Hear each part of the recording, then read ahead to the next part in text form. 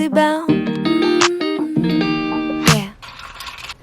What's up, you guys? It's Hannah. Welcome back to my channel. We have a little bit of a different angle for this intro, okay? I'm sitting at my desk, obviously, and I already had my camera set up on my main tripod, and I basically just didn't feel like undoing it and then putting it on my smaller tripod to set it on my desk. So, in short, I'm just lazy. Welcome to a new video. I'm so happy that you guys are here. I'm so excited about today's video. Okay, I'll tell you what we're doing. So today, I am going to be showing you guys how I make my face masks and the matching little carrying bags that I showed in my last video. I think it might have been this one, and I got so many comments asking me to do a tutorial or just asking how I make these, and I'm so glad that people were commenting that because I was gonna make this video anyways. Sewing has been one of my favorite things to do lately. I like to turn on the podcast. It has just been so nice. I love it. So yes, today I'm gonna be showing you guys how I make these kind of sets, a face mask and a matching carrying pouch. Tutorials for face masks, there are tons of them out there since we're in a pandemic. I thought to myself, if I'm gonna be making masks, like, I don't want to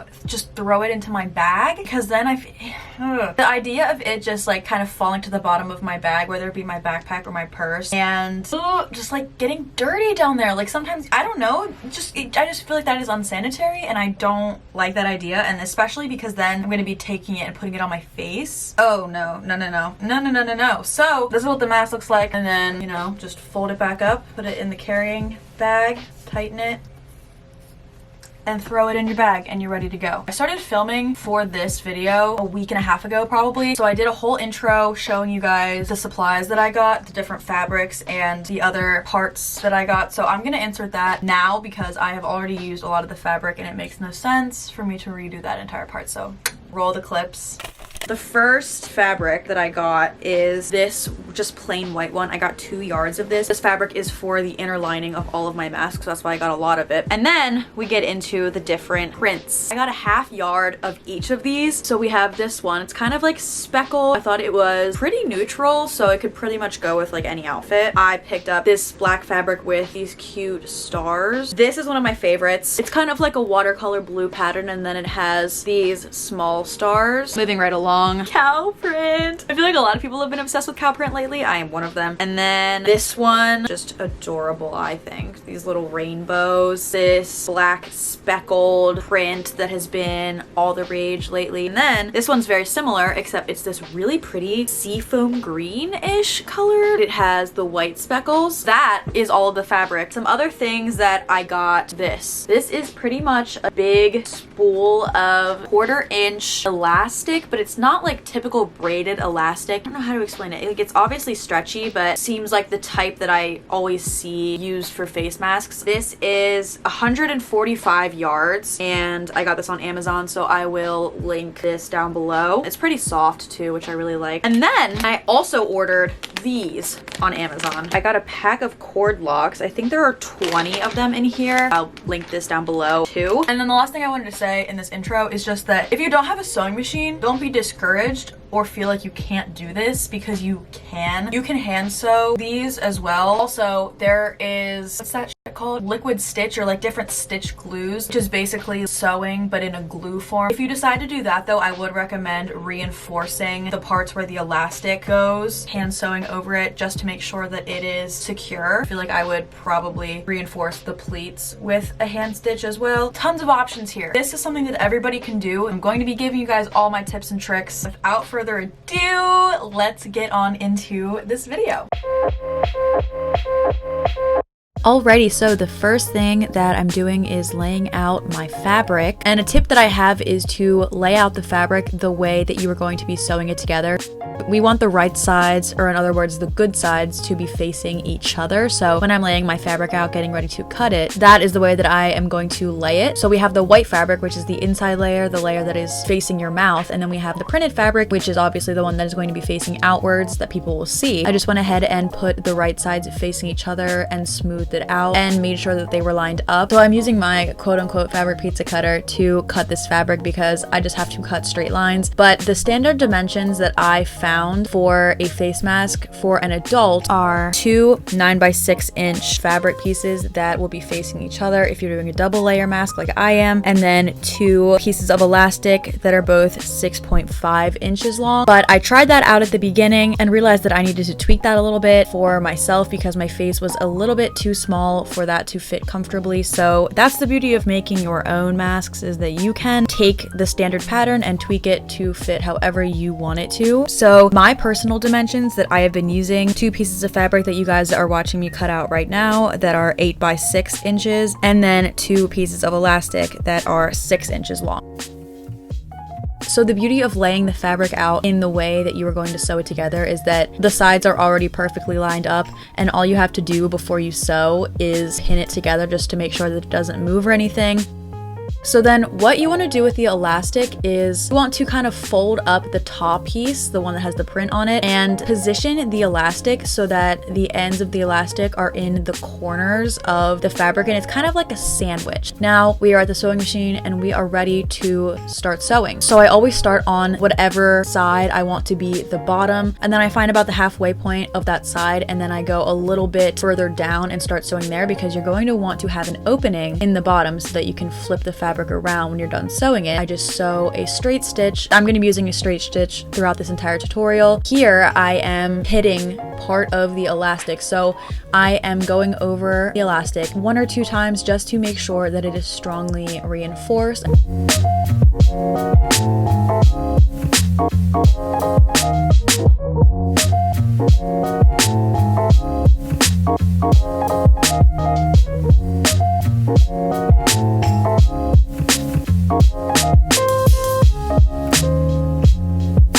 Now I have finished sewing in both sides of the elastic and I am back on the bottom end of the mask. Like I said, we need to leave a little gap so that we can flip the mask inside out. So I'm not going to sew all the way and close it.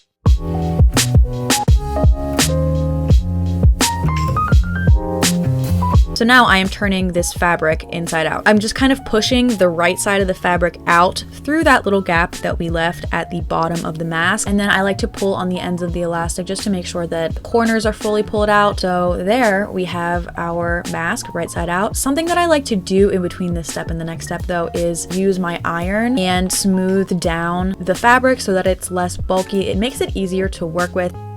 And then at the bottom where we have the hole, I'm folding the printed layer as you are seeing here. I just kind of tuck it under itself and iron it down just so that the raw hem isn't exposed. Moving back to our sewing table, we are ready to do the pleats. So I make 2 pleats in my mask. As a pleat is basically just where you kind of fold the mask over itself a little bit. I am making sure to not pin it directly on the very end because then it will make it way more difficult to sew and I'll have to take the pins out while I'm sewing and that's just too much. So I don't measure where these pleats go. I kind of just eyeball it, and wherever I feel like it looks right to me, that's where I'll do it. If it's not perfect, don't freak out about it. The point is just that you want to have pleats because then we're going to sew down the sides of them, and then the mask will be able to do that thing where when you put it on your face and you like tug on the bottom and the top, it expands and it looks like a face mask. You know what I mean? That this is what we have to do to get it to look like that. So back to the sewing machine we go. We are literally just going to be sewing a straight stitch down the side of the mask.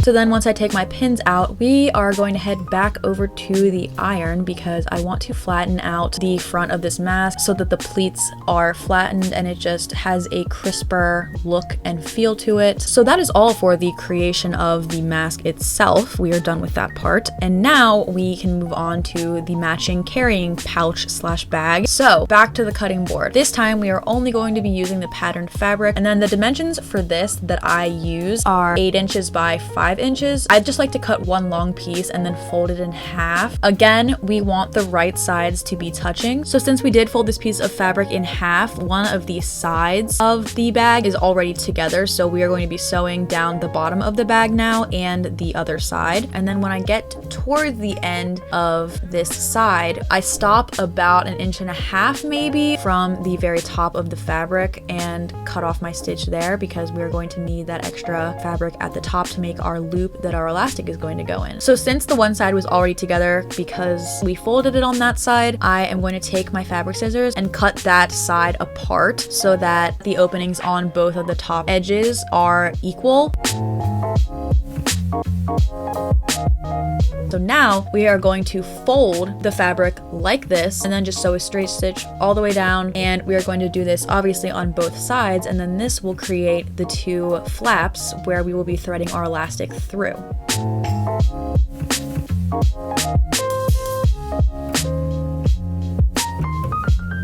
So at this point, the sewing portion of this bag is complete. So I'm just gonna flip it right side out, try and poke out the corners as best as I can. There she is. She is beautiful. So now it is time to take our elastic once again, and to get the length of the piece of elastic that I want to thread through, I literally just lay it on the fabric on both sides, and then I extend it a little bit past the very end. I estimated that that would probably be about a 10-inch long piece of elastic. Now we're going to take our piece of elastic, and I'm taking a safety pin, sticking it through the very end of the elastic and threading it through the loop that we just created.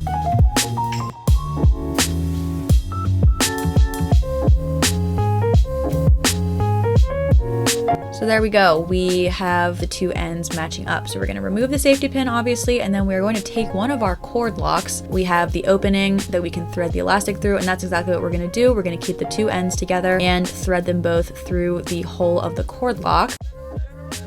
And then literally there we have it. That's it. So this is our final product. This is our matching mask and carrying pouch set. Oh my goodness, I'm so obsessed with this. It's really easy to make. They're so cute, so fun, and that is all. That is it.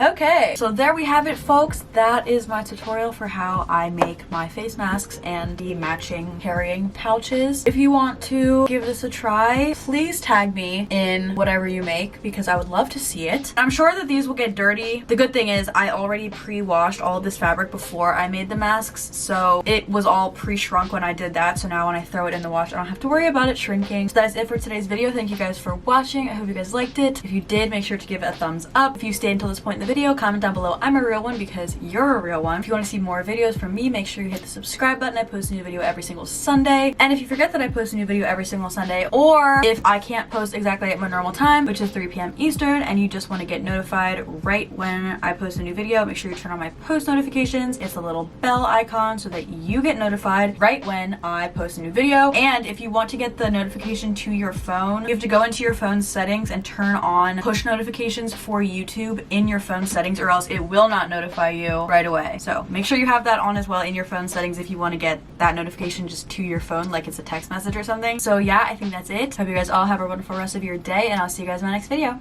Bye.